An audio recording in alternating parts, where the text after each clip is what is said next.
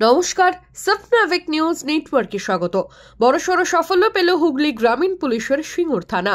অভিযানে নেমে আগ্নেয়াস্ত্র ধারালো অস্ত্র সহ 4 দুষ্কৃতীকে গ্রেপ্তার করল পুলিশ।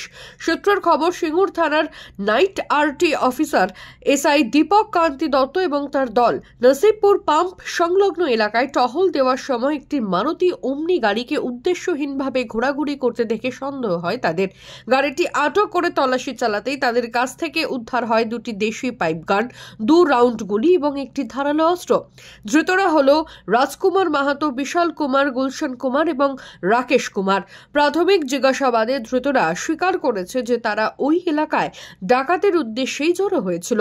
জিজ্ঞাসাবাদে আরও জানা যায়, উপেন্দ্র যাদব নামে তাদের আরও এক সঙ্গী ছিল, যে পুলিশের ধাওয়া করার সময় ঘটনাস্থল থেকে পালিয়ে যায়। এদের সকলের বাড়ি বিহারের নওদা জেলায়। পলাতক সঙ্গীর খোঁজ পেতে এবং এই চক্রের সঙ্গে আর কেউ জড়িত রয়েছে কিনা তা খতিয়ে দেখছে প্রশাসন। শ্যামল পাল, সফনাভিক নিউজ, সিঙ্গুর। জয় হিন্দ।